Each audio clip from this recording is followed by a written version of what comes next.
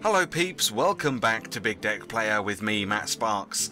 On today's show, we are taking a look at a Shaman deck, which is unusual because we haven't done one of them for ages, it seems. But this is a Shaman deck. Found it on Hearthstone.com. It was posted by Spark, or Sparkaz as he's known on Hearthstone. This is a Elemental Spirit Shaman deck. Okay, so here is the deck. It's a little bit different from what I'm used to playing. I don't really play Shaman very much. In fact, I think it's probably one of my least played classes. But I've had a lot of fun and some pretty good results as well with this deck. So that's always good. That's always nice. So let's start off with, we got one Earthshock. This is the only silence in this deck. Earthshock is particularly good against handlocks for the Twilight Drakes, because it will literally just one-shot a Twilight Drake and your handlock opponent will be just kicking themselves when they've spent all this time getting lots of cards in their hand to play their Twilight Drake that costs 4 mana for you to spend 1 mana just to kill it straight away. So use it wisely. Try and get it in your opening hand if you can, because you might need it fairly early on. But at least if you've got it in your hand, then you can see whether or not you're going to need it later on as well. So, you know, it's pretty useful like that.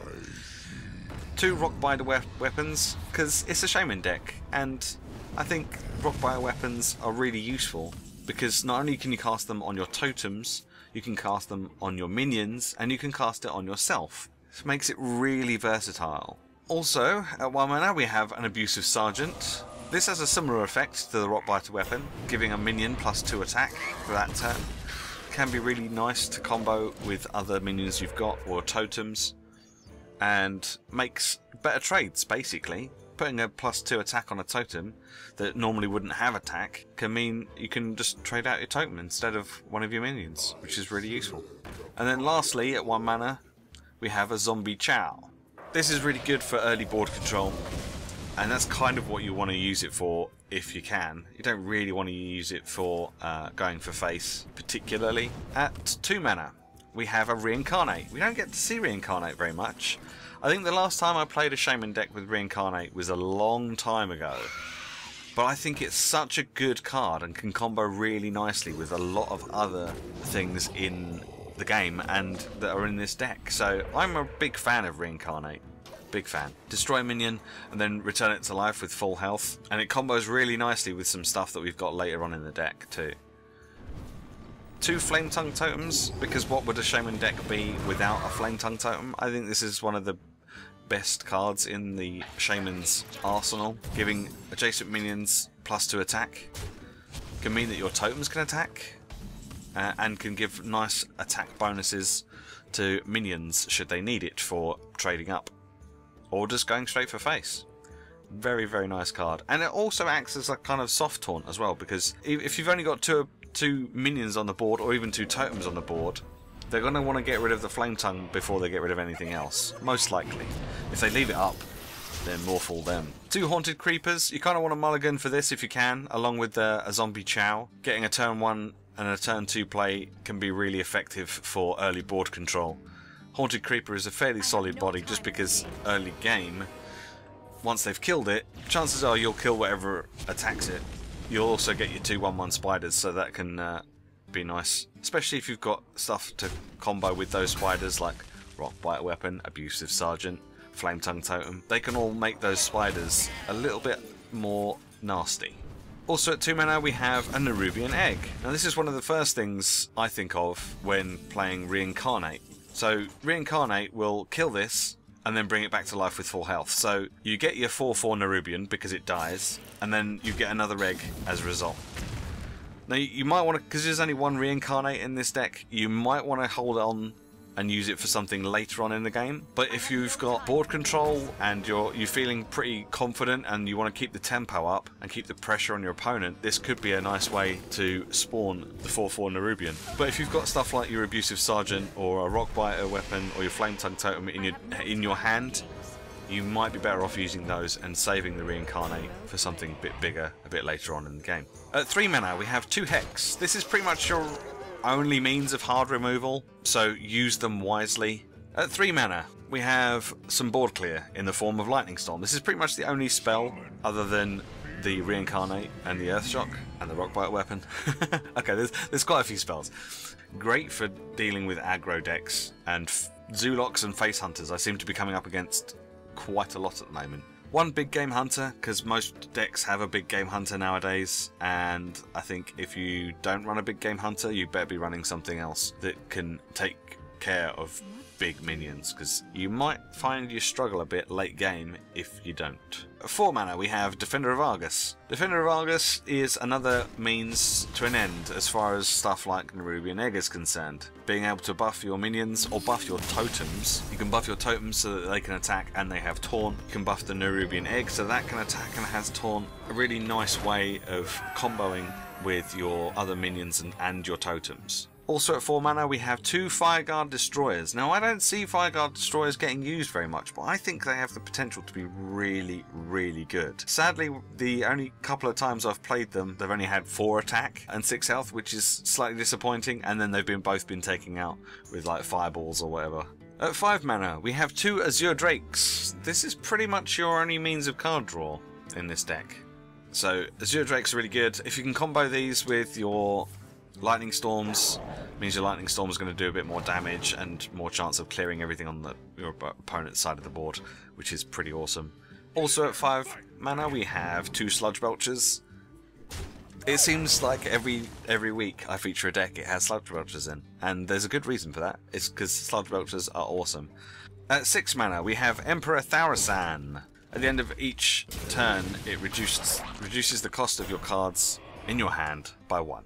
Which is pretty nice. It means you can get things out a bit earlier than you would. Also acts as a soft taunt because your opponent will not want to let this stay alive longer than 1 turn. If they do, and you get to keep it alive for 2 turns or even 3 turns, you're probably going to win. Also at 6 mana we have 2 Fire Elementals. Really strong Shaman card.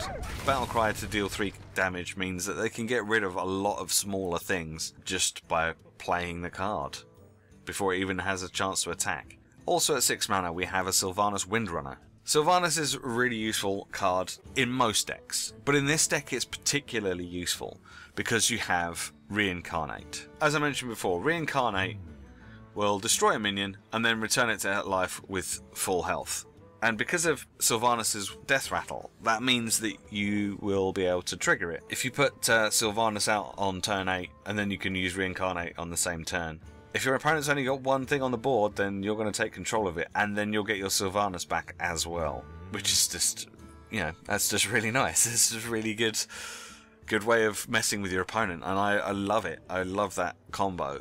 At 7 mana we have a Dr. Boom, because, you know, it's Dr. Boom. Everyone plays Dr. Boom because he's really good. At 8 mana we have Alakir the Windlord. Alakir combos really nicely with stuff like Abusive Sergeant, Flame Tongue Totem, Rockbite weapon, all that good stuff. Combos really, really nicely with that. Also on turn 10, if you really wanted to, you could play Alakir, do the 6 damage with Wind Fury that you get with Alakir, and then use Reincarnate on Alakir to kill it and then respawn it, giving you charge again and allowing you to attack twice more, which is also a really nice combo. So that means that on turn 10, if you play Alakir and the Reincarnate, you can get out 12 damage, which could potentially win you the game. And then finally we have Kel'Thuzad, also at 8 mana. Having Kel'Thuzad on the board, if you play the Sylvanas and Reincarnate combo, is poetry, basically. Because the Sylvanas that you kill off with Reincarnate will come back to life at the end of the turn.